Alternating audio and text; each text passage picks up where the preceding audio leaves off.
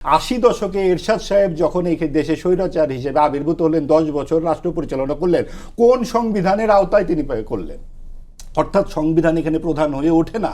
শেখ হাসিনা যখন রাতের বেলা ভোট করলেন, একা একা ভোট করলেন, আমি ডামি ভোট করলেন 3 দফা, তিনি কি সংবিধান দেখে দেখে করেছিলেন? কোন সংবিধানে, আমাদের সংবিধানের কোন ধারায় লেখা আছে রাতের বেলা ভোট করা যাবে? এরশাদ যে ছাত্রদের মিছিলে ট্রাক উঠিয়ে দিলেন, কোন সংবিধানে লেখা ছিল? আসলে রাজনৈতিক দলের ইন্টেনশনটা হচ্ছে সবচেয়ে বড় কথা, সরকারের ইন্টেনশন আরো বড় কথা। অন্তর্বর্তীকালীন সরকার একটা বাহানা করে দেশকে চির বিভাজিত সংস্কৃতির দিকে নিয়ে গেছে এবং দেশের একটা খুব বড় শক্তিশালী রাজনৈতিক ফ্রন্টকে, যারা হত্যার সঙ্গে জড়িত তাদেরকে তারা কেন বিচার করলো না? তারা বিচার না করে আওয়ামী লীগের নেতাদের যারা হত্যার সঙ্গে জড়িত তাদেরকে বিচার না করে সেটাকে ঝুলিয়ে রাখলো এবং সেটা করলো কি, ওই যুদ্ধাপরাধী ট্রাইব্যুনালের সঙ্গে যুক্ত করে দিল, যাতে যুদ্ধাপরাধের ট্রাইব্যুনালটাও হাস্যকর হয়ে যায়, এই বিচারটাও ঝুলে যায়।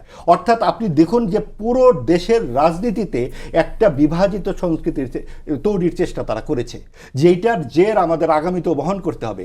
আপনি দেখুন যে সর্বশেষ গ্রাহ্য নির্বাচনগুলোতে যে 40% ভোট যেই দলগুলো পেয়েছে, আওয়ামী লীগ, বিএনপি, তাদের একটি দলকে কি করে এভাবে আপনি নির্বাচন থেকে বাদ দেন? আপনি সেই নির্বাচনে তাদেরকে অংশগ্রহণ করতে দিতেন?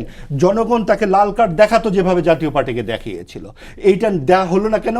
বলা হলো যে এরা গণহত্যার করেছে। তাহলে গণহত্যা যদি আওয়ামী লীগ করে থাকে, 2000 মানুষের হত্যার অভিযোগে অভিযুক্ত, তাহলে 30 লক্ষ মানুষের হত্যার অভিযোগে অভিযুক্ত যে জামাত ইসলামী, যারা 16ই ডিসেম্বরের আত্মসমর্পণ দলিলে যাদের কথা স্পষ্ট লেখা আছে যে পাকিস্তানি সিভিল আন্ডার নৌ ফোর্সের সাথে এই সিভিল আর্ম ফোর্সেস হিসেবে তারা আত্মসমর্পণ করেছে, তারা কি করে এইভাবে নির্বাচনে অংশগ্রহণই শুধু করে না, প্রধান বিরোধী দল হিসেবে আবির্ভূত হয়? এবং আমরা দেখেছি 18 মাসে মুক্তিযুদ্ধকে বারবার অপমানিত হতে, সেই অপমানের ধারাবাহিকতায় আজকে আমরা সংসদে প্রধান বিরোধী দল হিসেবে জামাতকে দেখতে পাচ্ছি।